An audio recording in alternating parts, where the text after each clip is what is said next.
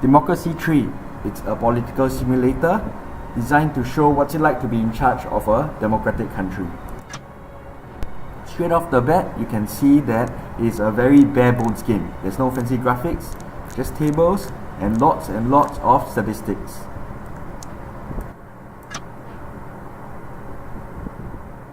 You start off by selecting one of 6 democratic countries.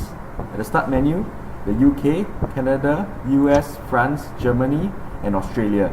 And then you can name your party and decide how difficult you want to make the game with. Of course, you can choose your term limit and whether you get to run forever.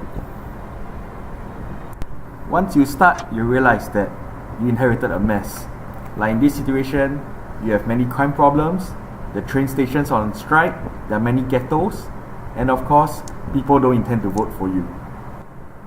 One thing good about the game, it shows how one factor affects others. Like in this case, the science funding is decreasing unemployment, which is good.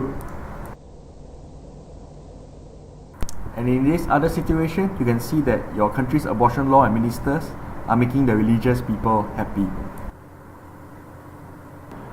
And why do you want to make your people happy, you may ask? Well, if you want to win the next election, you better make them happy. One way to do this in the long term is to solve all the problems that are facing your country, which are represented by the red circles. Another way to win the people over is by making pledges. For example, you can increase the funding to prisons by 50%.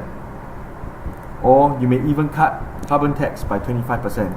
That will surely please the capitalists of the country, but surely upset those who are very interested and passionate about the environment.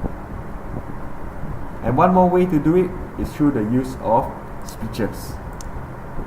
In speeches, even though you don't get to choose exactly what you have to say, you can preview and see that there are some speeches that will please certain groups of people and other speeches that will displease other groups of people.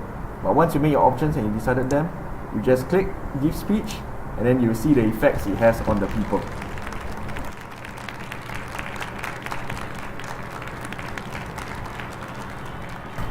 All in all, I think Democracy 3 is a great way for people who are interested in learning what managing a country looks like and feels like.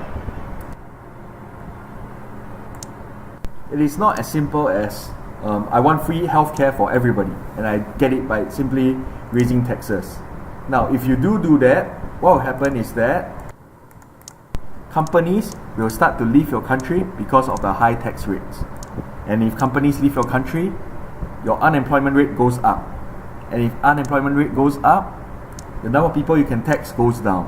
And if the number of people of your taxes goes down, you will have less revenue and you cannot support a welfare state anymore. So you must be careful when making individual decisions in this game. And of course, this game has its flaws. For one, the music or lack of music is quite apparent. And the other is that I find that the creator of this game tend to have environmentalism as a political message fused into it. What I mean is that it shows there is a way for green technologies to be profitable by itself, when we know for a fact that in this world, green technologies are often quite costly to maintain.